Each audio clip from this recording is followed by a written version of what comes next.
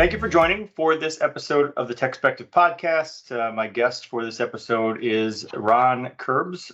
So Ron, if you could introduce yourself and give a little bit of background on the company to kick things off, that would be great.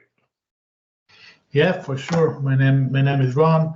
I'm the founder of Kidas, originally from Israel, now live in the New York City area.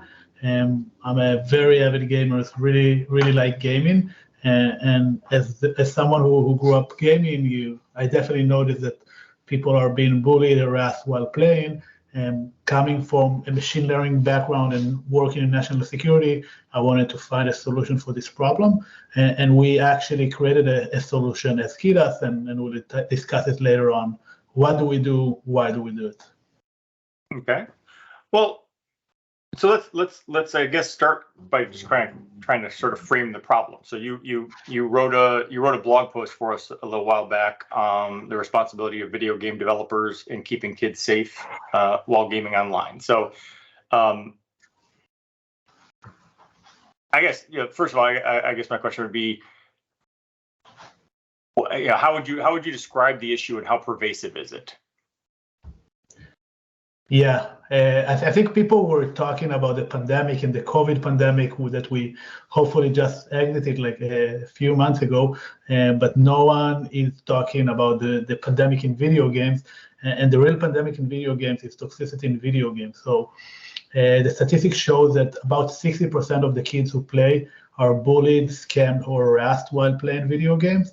And most of the kids in the US are playing video games. We're talking about 90% of the boys, around 70% of the girls who are playing. So most of the kids are playing, most of the players are bullied or harassed. It's a huge pandemic, and most of it is actually happening within the games, in chats within the game, voice chats within the game. So if we're looking at the new games or the new gaming platforms, many of them have chats. Voice chats. It used to be just text chats. Now many of them have voice chats. We're talking about games like Fortnite. We're talking about games like Roblox, Call of Duty, or even gaming platforms like Discord, apps that are being used by gamers to communicate with each other while they play. Those platforms, because they offer anonymity, because they offer the ability to connect without really identifying yourself, is a common ground for online predators, for scammers, and also being used by the kids themselves to bully and harass each other, because they don't really understand that behind the screen there is a real person. It's not like bullying someone in real life. And because of the anonymity, they allow themselves to do something that they wouldn't do in real life. And that's the issue now in video games. We're talking about PC games, we're talking about Xbox, we're talking about PlayStation, Nintendo, mobile games. All of those games are in risk, are putting kids in risks. And just to clarify, I'm a gamer myself. We're not saying that games or video games are bad for kids. We're saying, and I'm saying, that we should do it in moderation, in a safe way, and parents should be aware. Parents and kids should be aware of the risks that video games include. Okay. Well, so two things come up for me out of what you just said. Number one is just that the behavior in general is seems bad. Definitely, it's an issue we should address. But I would say it also is an issue, like that specific issue extends to the whole internet. I mean, it extends to adults. I mean, it's part of sort of like the rabid polarization that we have. I am a far left progressive living in Houston, Texas. So I'm definitely not in the right place. But I can tell you that when I go outside and I go to the store and I interact with people, people aren't just rabidly conservative face to face. They only spout off with their MAGA BS, online. And so I think it's kind of the same thing. And I guess all the more reason for kind of where you're coming from and trying to solve the problem at a younger age. Like maybe if we can stop kids from being indoctrinated into this notion of anonymity, and it's okay to be, basically it's okay to be an asshole online because nobody knows who you are. It's like, well, let's break that cycle, and then maybe we can solve the larger issue for future generations. Yeah, and I think that the problem with gaming is even more difficult than what you described, because you talked about like probably Reddit or social media, people express their opinions, and we see radical groups on those platforms, and we see hate speech, and we see a lot of bullying and harassment, but some of those companies are trying to address it. I know that Facebook and Twitter have big moderation teams, and they're using technology to do that, especially in text chat and text communication. The problem in gaming and voice is actually a little bit more difficult technologically. So imagine two players talking with each other, and they're talking while playing the game, and because they're talking and are being present in a pretty violent situation, they're shooting at each other or they're playing a violent game. Sometimes it's harder to understand if the communication, if what they're saying is related to the game, or it's something that is considered hate speech. If I'm going to tell you I'm going to kill you and we're just playing Fortnite and we're shooting at each other, it's probably not relevant. It's not hate speech. It's part of the game. But if I'm doing it on social media, I'm saying I'm going to kill you. It's definitely something that should be considered a threat or something like that. So I think that's something that makes it a little bit more difficult to understand when we're talking about voice conversations. Another thing that I would add about voice conversations, that in a lot of the cases you have to understand the intent. And so when someone is writing text, and the only way to understand the meaning of the conversation, the meaning of the words, is just to look at the words and sometimes emojis. And when we're talking about voice chat, there are so many other cues that you can use to understand the context. You can use the tone of the speaker, and you can use pauses in order to understand. And if they're trying to emphasize something, you can use their emotion. If they're saying something with a lot of emotion, are they sad? Are they angry? Are they crying? All of those things should be and are indicators to detect if we're talking about severe bullying or we're talking about a normal conversation within a game. Yeah, well, and that was actually the second thing that jumped out to me was the idea of these platforms and these games offering the ability, offering the voice chat, because that does change things. Like it's I think a lot easier technologically for me to build a filter for any text chat that says, hey, look for these keywords, look for people saying these things. I think it's a lot harder. It's a lot harder in general to monitor audio conversations, but based on like the scenario you just described, it's even more difficult because, like you said, if I'm playing Call of Duty with someone, we might say all kinds of crazy shit. And it's like, how do you differentiate between me saying I'm gonna blow up the position of the enemy, or me saying I'm gonna come over and blow up your house? Like, that's two different things, but hard to discern. Yeah, and I think it's even been it's even more difficult when you're dealing with sophisticated players. So we're assuming that not all of the players who are using the game are actually doing it for fun. Some of them are actually online predators or scammers, and they're not just playing it for fun, they're playing it as a hunting ground for their victims. So they're using sophisticated ways to basically deceive their victims, and they're using voice changers. So you may talk with someone and think, yeah, he's a 13-year-old boy or a girl, but they're actually 40 years old, and they're using voice changers. They know, what type of words, the filtering mechanisms of the big gaming developers filter, and they know exactly not to use those words and to use other slang words to deceive those systems. So we're talking about sophisticated players, and they know exactly what to say and how to say to convince their victims that they should be talking with them and they're actually legitimate players. Well, also, and I don't know, how the numbers compare, like if these are even issues or if one's much bigger than the other. But on the one hand, there's like what we've been talking about in terms of kind of violent speech, hate speech, cyberbullying.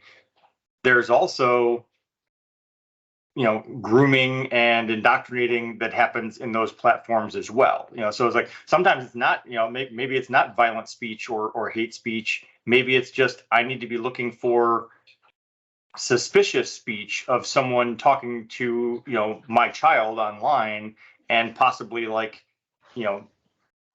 starting some sort of a friendship that shouldn't exist.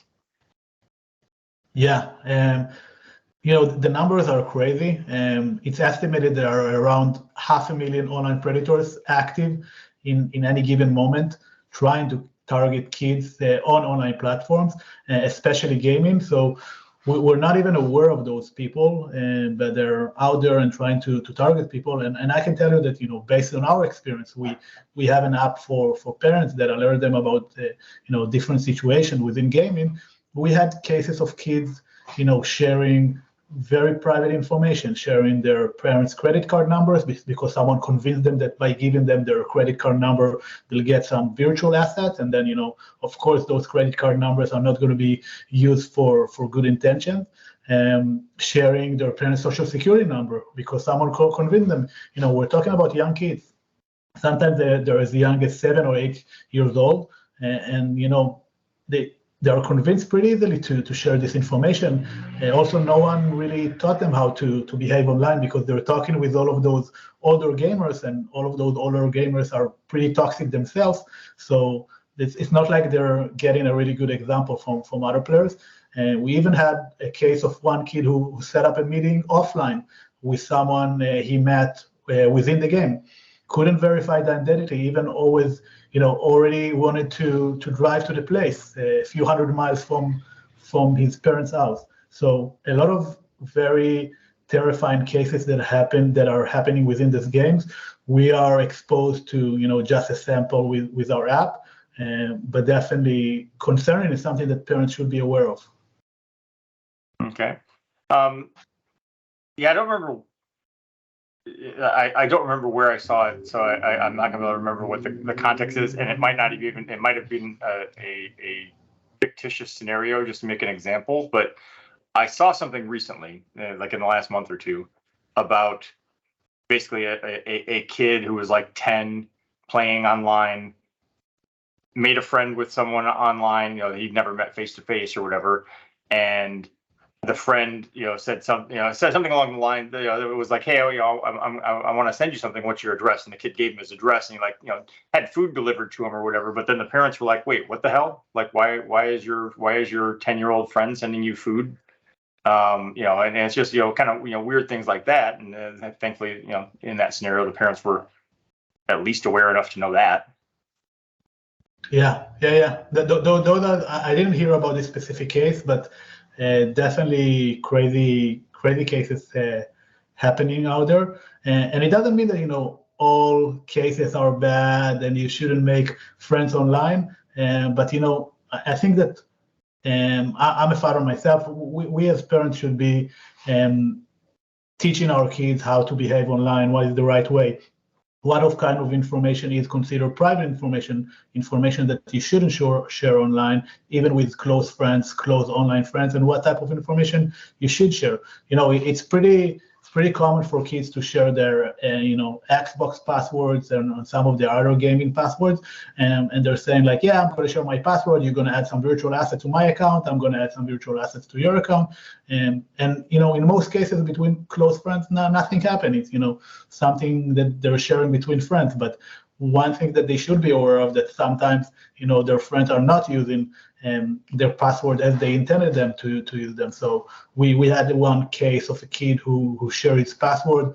All of his virtual assets were stolen, and this specific kid worked on getting all of those virtual assets for more than 2 years. He stopped playing games after that, and then unfortunately his parents signed up for Kidas only after this incident happened, so we couldn't prevent it. But those are kind of things that are happening, and we as grown-ups say, so his virtual assets were stolen, but those are really valuable for those kids. They basically spent 2 years in order to get those assets. Yeah, I mean, yeah, it's not a direct correlation, but in-game assets like that are somewhat equivalent. I mean, they predate NFTs, but it's somewhat equivalent concept or whatever. It's like it's just this digital thing, but it does have value to someone. You say it's just value to the right audience. The other thing I was going to say, though, I was going to agree with you completely that, yeah, I don't want to paint this like kids shouldn't be online and nobody should play games and don't trust anyone online. I mean, my kids are older, but my sons have a friend they made online in 2005.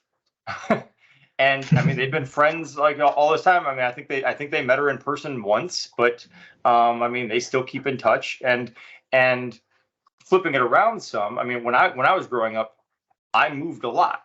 So I was in California, I had friends, and then we uprooted and we went to Minnesota, and I made new friends, and no idea what happened to the people in California. That's not really the case as much anymore. Like when we moved from Detroit down to Texas, like my kids were able to maintain their friendships because the internet exists. And as people move around and leave school and go off over here and people move across the country, it enables people to stay in touch and maintain those relationships that when I was growing up, you would have basically just lost that. Like maybe you'd be pen pals for a few months and then it would get boring and everything would just kind of fade away. So there's definitely a significant upside. And there's an upside to the companionship and camaraderie. So like on the positive side of this is, yes, you don't have to just be sitting in your house playing a game alone. Like all those things that like my parents would be like, well, you can't just sit in the house and play games. You need to go have actual friends and stuff. And it's like, okay, well, now you can be sitting in your living room playing a game and simultaneously having friendships and making new friends. So all of those things are possible. We just also need to know that these issues exist, that there are shady people online, there are shady things that happen. And so let's bring this around to what should people know, and more specifically, how does Kidas solve the problem? Like if I'm a parent and I sign up for Kidas, like what are you doing for me? Yeah, for sure. So I think the most important thing for parents or grown up at all is to understand what their kids are playing. What kind of games are they playing? With whom are they playing those games? And I think the best way to do that is actually sometimes you definitely don't have to do it all the time. Play those games with them. Like tell them like, can I play Fortnite with you? Can you teach me how to use Discord? And those kind of things. I'm sure that most kids actually will appreciate that. Their parents, putting attention and trying to understand what they're playing online, and having conversations with them about it. And some of the best resources out there. First of all, you can go to our blog, but the gaming database is another great resource that parents can use to learn more about game, and then have those meaningful discussions with their kids about those games. So I think that's the first step for every parent. And now a little bit about our software. So our software is the software that parents install on their kids' PCs, gaming devices. And when they do that, it's pretty easy. It takes them less than 3 minutes. It's just next. We automatically connect to more than 200 games, connect to their voice communication, connect to their in-game events, so we know exactly what is happening within the game, who is playing with whom, and so on. And then we alert parents if we detect anything suspicious, anything that may put their kids in danger. We send them immediate alerts if something really concerning is happening right now, and we also send them weekly summaries about some concerning trends, but something that is not really immediate, gaming activity, how much time their kids were playing with whom, what games were they playing, recommendations for other games that their kids may like, and so on. Okay. Okay. I mean, I think that seems like good advice. I will say so when my kids were younger, it's funny because they were playing Metroid, and then like Halo came out, and we didn't have an Xbox, but they were playing Metroid, and then Halo came out, and we were like, initially as parents, we were like, well, no, you can't play that. That's much more violent, or whatever. But my kids eventually, like my older son, like eventually kind of sold us on, these games are effectively the same. Like the graphics are different, so like the Halo graphics are a little bit, they're more realistic in terms of like, you being someone who's killing other things or whatever, but the actual like gameplay and everything is like, it's essentially the same thing. You're doing the same stuff. And I'm like, yeah, that makes sense. But obviously there are, there's a range of game, both like in terms of the realism of what you're looking at and the gameplay between Metroid and say, Grand Theft Auto, and both, in terms of the realism of the violence and kind of the open-endedness of like, what can you do in that world, which makes it, I think somewhat more challenging on some levels, but I guess one question I guess I have for you is what are your thoughts on?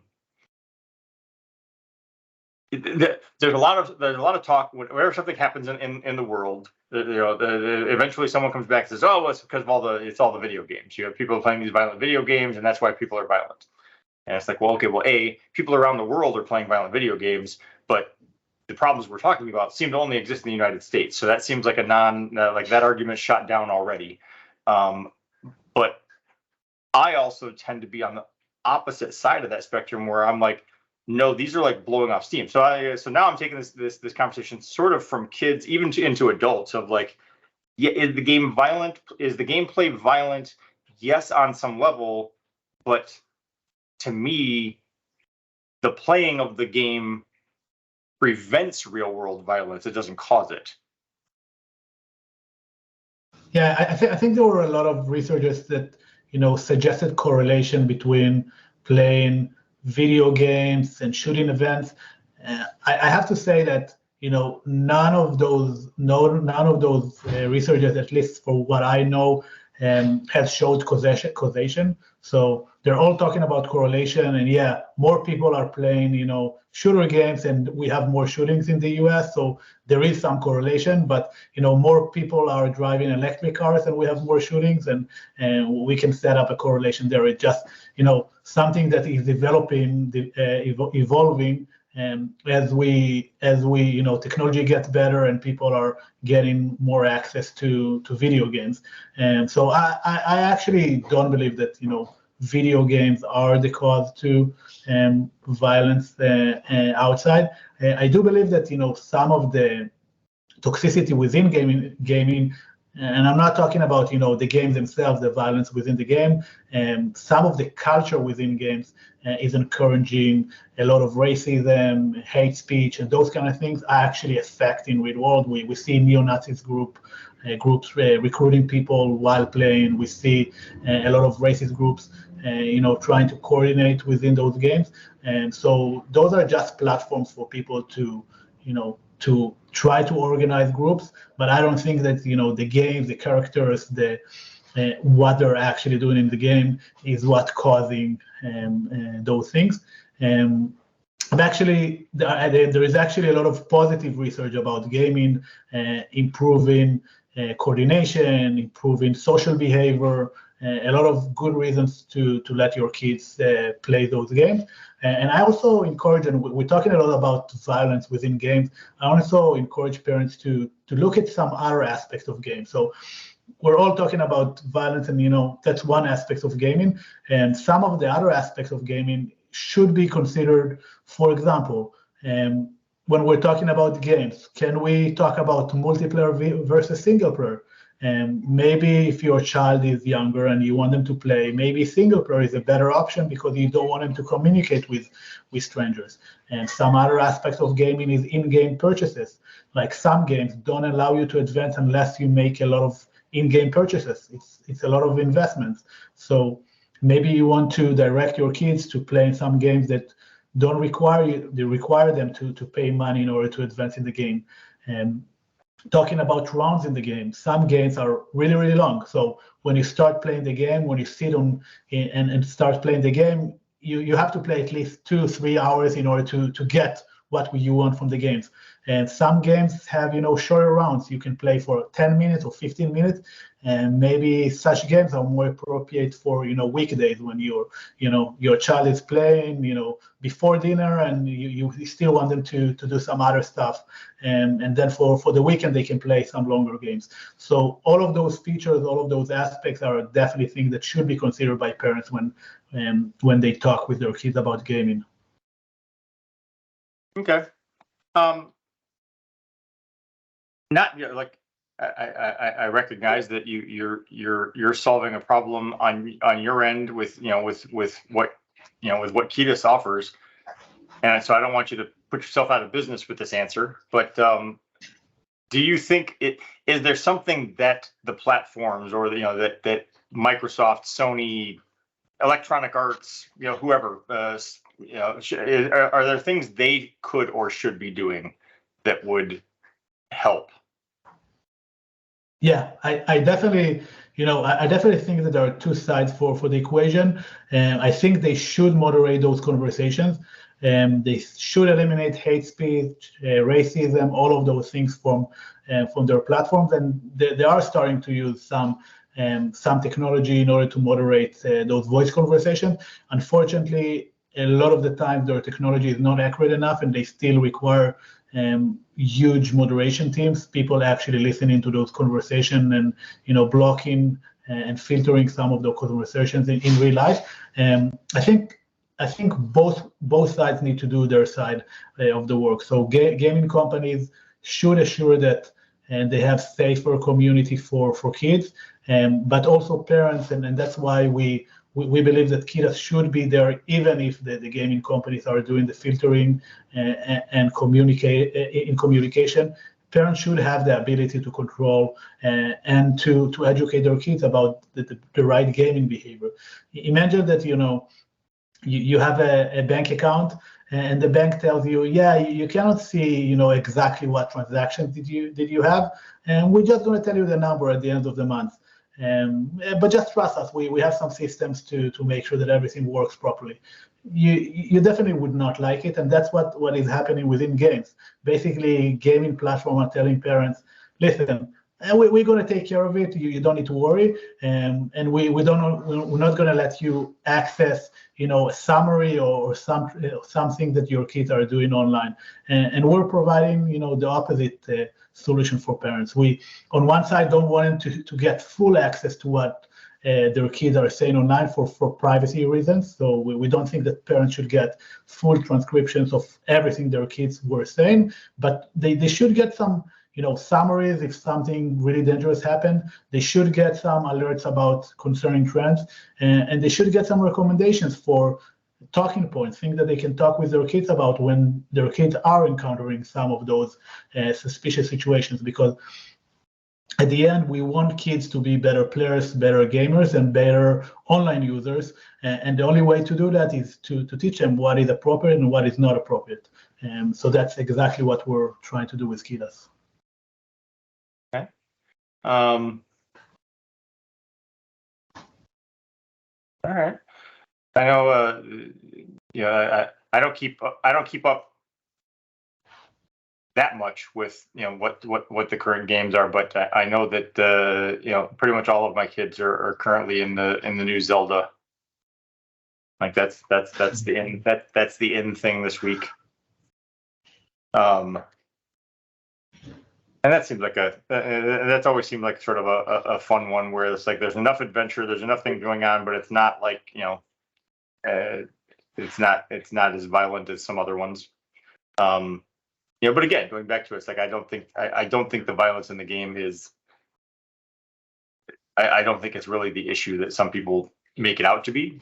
So I think some of the things that we're talking about in terms of the conversations that are had, or the way children are actually targeted or treated, by others within the gaming community, is a bigger concern than the gameplay itself.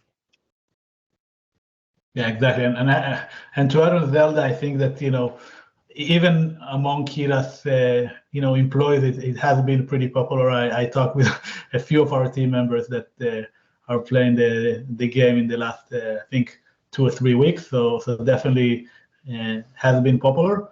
I think you talked earlier about the ability to play with other players and not just to play outside with friends, but to play inside with friends. And I think gaming has provided you can call it a revolution. So instead of having friends just based on your location, so location-based friends we're now moving towards interest-based friends. So I'm not just becoming friends with you because we live in the same area, we live in the same city, we live in the same neighborhood. I'm becoming friends with you because we have the same interests. We like the same music, we like the same games, we like the same content online, and that's, I think, has the potential to create deeper relationships if we use it correctly. So definitely encourage everyone out there not just to think about the hard side and the risk of gaming or online communities, but do it in a moderate way, in a way that would promote safe interactions for kids and grown-ups. Yeah, well, what you just described, I've had a similar conversation, especially as we went into the pandemic and everyone went into lockdown and we were all working remotely. In the debate of should people go back to the office or should they work remotely, like one of the advantages as far as I'm concerned for our company is if I'm trying to hire people to come to my office in Houston, I can only cast a net that is like a 20-mile radius outside of Houston. That's it. So I can try to find the best employee in this 20-mile radius, but that doesn't mean he's the best employee. And so if you switch to remote and you say, okay, well, this is going to be a remote job, anyone can apply for this job. Well, now I can look for the best candidate. Maybe the best candidate is in Stamford, Connecticut. Maybe they're in Billings, Montana. I don't know. It widens the net. I can search anywhere. So in that same vein is kind of what you're talking about, which is it also means I don't have to just go to the my kids don't have to just go to the 10 houses that are adjacent to me and that's their friend group, which is how it basically was when I was growing up. Like the friend group could be anyone, anywhere in the world.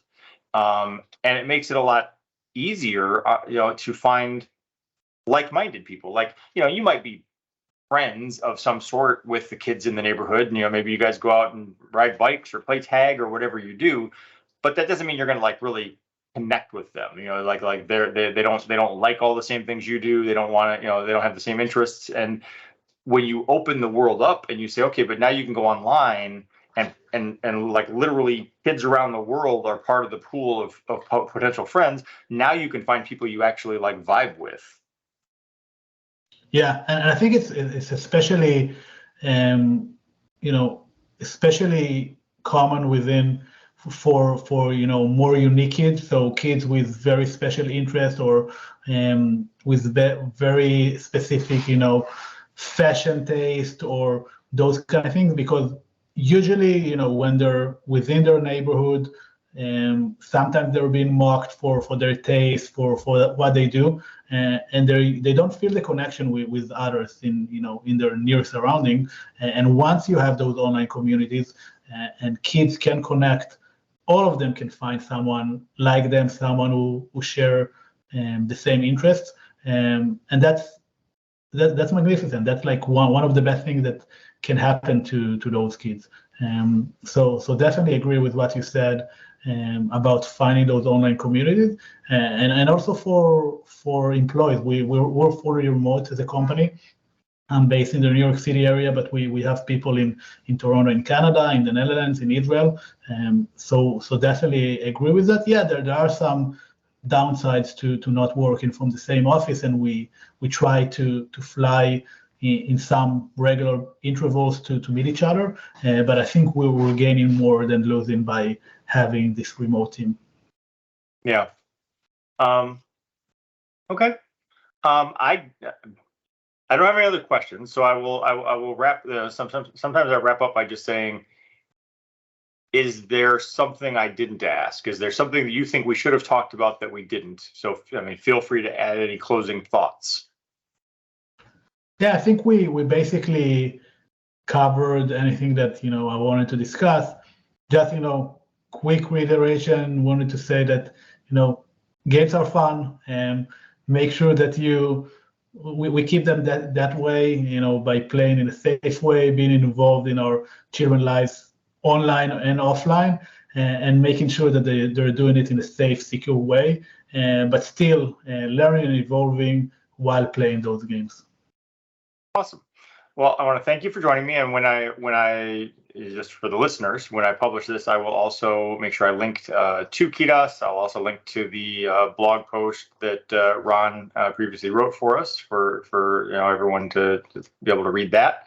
So yeah. Thank you for joining me. Thank you very much for having me, Tony.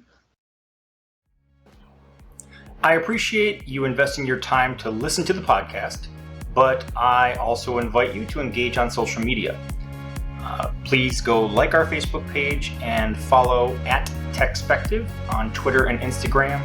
You can feel free to let me know what you like, let me know what you don't like, let me know if you love it, let me know if it sucks.